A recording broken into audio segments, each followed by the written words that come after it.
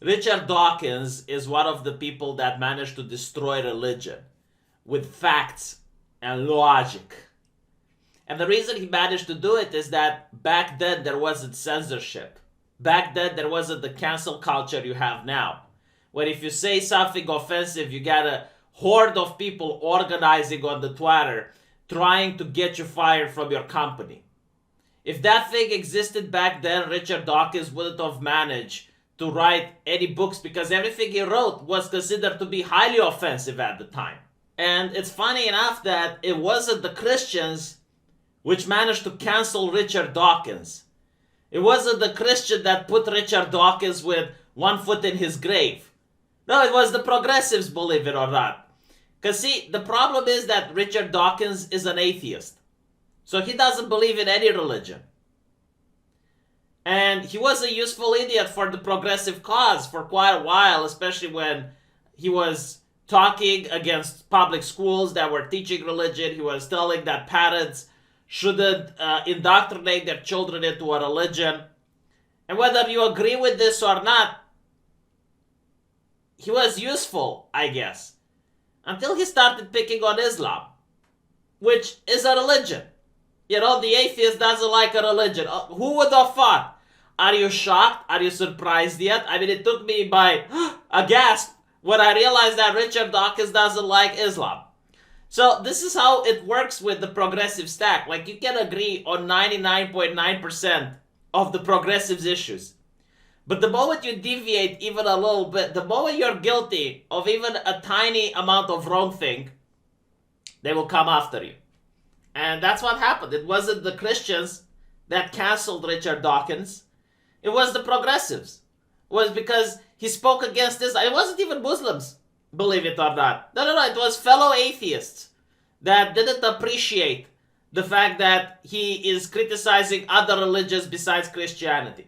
And you notice this with Atheism Plus, if you're familiar. They even had this at the Atheist Convention of America. They were saying that as an atheist, you should be respectful to other people's religions. It's insane. Okay? But it is what it is. So what ends up happening is that they cancel Richard Dawkins and he has a stroke because of all the pressure and all the lovely comments he got on Twitter from the very tolerant and loving people in his community. So he goes up and has a stroke, ends up in a hospital. And I guess he had a little bit of rethinking to do. I think that opened his eyes a little bit. Didn't open his eyes that we need God or anything. He still doesn't believe. But what I assume happened is that he realized that Christianity as a religion is oppressive, right? It's very irrational, oppressive, ended up doing bad things to good people. So he put it in a balance, he puts this in a balance. And then he puts the progressive ideology, the community that he helped grow on the other side of the balance. And he's like, well, these people, these progressives are a little bit more fucked up than the Christians. At least the Christians wouldn't do this shit. At least the Christians wouldn't run around, ban me from events, push me to the point where I'm in a hospital bed with a stroke because of all the kind messages that I'm getting from them. So I think he had a little bit of an epiphany. He had a little bit of thinking. And now he comes to the conclusion, which is something that I have to admit that I'm starting to come around to as well. That while I don't believe in religion and I don't believe there is a God, all the religion teachings, like Christianity as itself, the teachings aren't really that bad. Forgiveness, that type of shit. Maybe we should forgive people.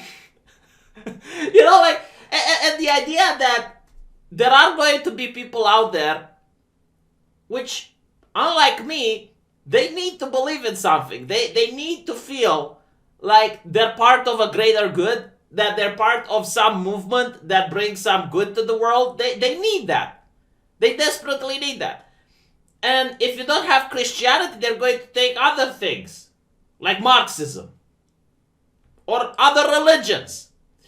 So I don't think you can get away with the idea of an incoherent ideology which people are going to adhere to without question.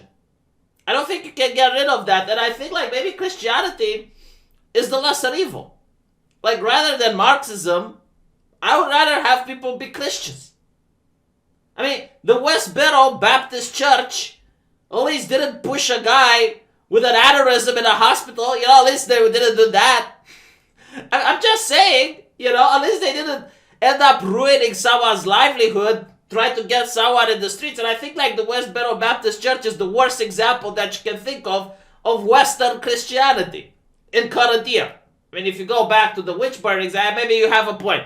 But we're not talking about it. We're talking about today, right? Today. So it's really interesting to see someone like Richard Dawkins have a change of heart. And it was also really interesting to see that the venue that initially canceled him, then they went and were like, oh, well, if he has an aneurysm, then maybe we should allow him to come back and have his speech. Isn't that interesting? Isn't that like you actually need to get brain damage from these people on Twitter in order to have people think about what they are doing and go like, you know, maybe it's a little bit fucked up. I mean, look at Richard Dawkins, right? Like he's an elderly man. He worked his entire life to promote atheism, and without him, maybe the movement wouldn't be what it is. So maybe it's not a good idea to cancel him. I mean, yeah, you know, okay, he has a little bit of a problematic views against Islam, but I mean, all atheists do, right? Like that's the point of being an atheist. So yeah, no, it's this ridiculous thing where now Richard Dawkins is making arguments for Christianity. He's saying that religion is actually good because for some people, it's like having a surveillance camera on you 24/7. And he does have a point. Like if you go into a convenience store and you're an edgy teenager and you want to steal a pack of gum, right? You're less likely to do it if you notice there's a camera there. Like you're more willing to do it if there's no security versus if there's a camera. And this is scientifically proven. People are less likely to do something bad if they know they're being watched. So, you know, like for some people, I suppose they need that. I mean, I think every person has a conscience that tells them, okay, this is bad and this is wrong. But there are some people that don't care about the conscience. It's like, well, I want a pack of gum. You have a pack of gum, so I'll take it. And maybe for those people, they need the surveillance. You know? But all in all, it's like I'm looking at religion and it's not just the idea, because this was like when I was a militant atheist. You know, I would always say it's like, well, without religion, do you think people will just kill each other? Like, of course we know killing is wrong and we're not going to do it. But here's another question. Do people think divorcing someone is wrong? I mean, if you have a marriage and you take a vow and you say, for better or for worse, until death does us apart, no one forces you to make that vow. Like, there is absolutely no reason why you have to do it, but you choose to do it. Like, you give your word. Right? Now, it used to be in front of God.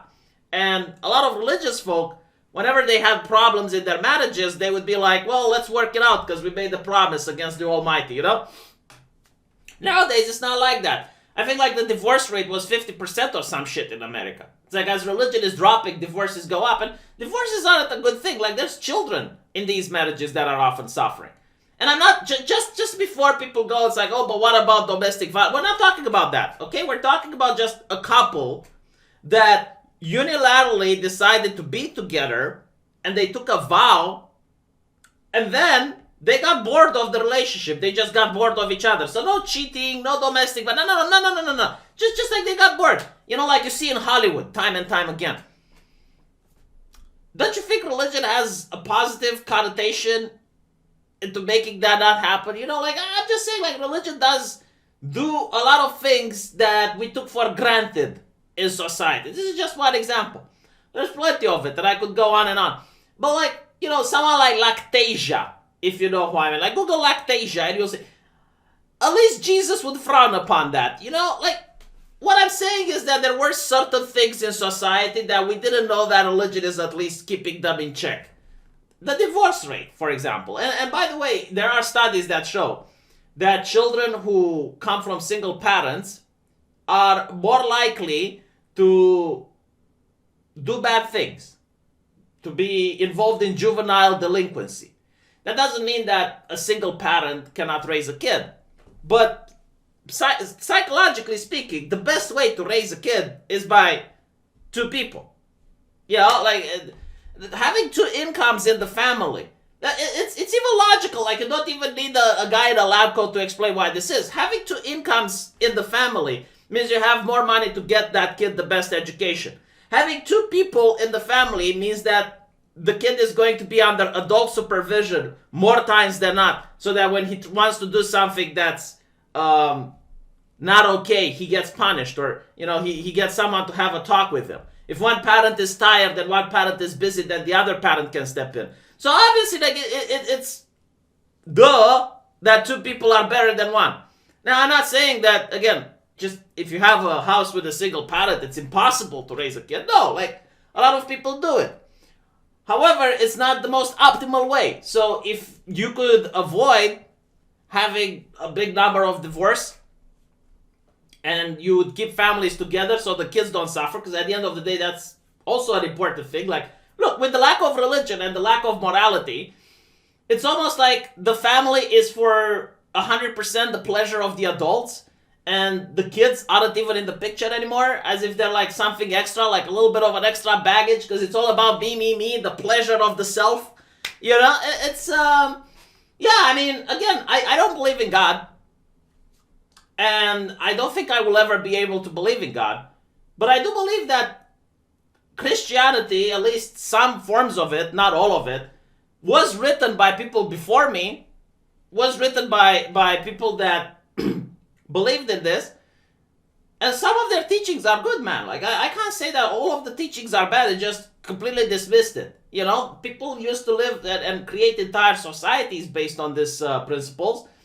And their societies worked and functioned, and people were happy and whatnot. So, again, like, if religion brings happiness in someone's life, I don't think it's okay to take it away from him. It's why I stopped being a militant atheist. Like, right now, if I see a person that's happy, like my girlfriend, for example, she's really happy with religion and whatnot. And I'm like, okay. She's an Orthodox Christian. I'm going to try to persuade her to go to the evangelicals. My God, like, if you go to an Orthodox Christian ceremony, you're going to fall asleep. At least the evangelicals, I went to an evangelical school, and I got bullied by them. But now I'm starting to come around, and I'm definitely seeing that there might be some merit. Like, it creates a strong community. Like, I'm looking at the evangelicals that I grew up with, and everyone hates evangelicals from what I see. But man, they help each other out. Like, if one of them has a problem and can't pay a bank loan, the other pitch in. It's a sense of strong, tight-knit community where they're helping each other, and that's what I'm attracted to. I don't care about their teachings and the other nonsense, like, fine. But I'm looking at the idea that it creates a lot more happiness. Like, they're more happy than the other people that I know that are without religion. So, yeah, like, that's something that I should talk about in another video, huh? Because the conversation came up. I'm an atheist. She's religious. What about the kid? And it's like, well, we're going to look at it. Definitely not the Mormon, though. Like, Mormon people, I'm sorry to say this, but it's a little bit ridiculous. No. No Mormon. There's the other people that don't pray on Saturday. None of that either. Okay? No, like, maybe some Buddhism. I don't know. I'm not aware if there's any Buddhists in Romania, but it sounds interesting. I'll think about it. Tough decision, important decision. Huh? Let me know what you think, and I'll see you guys in the next video.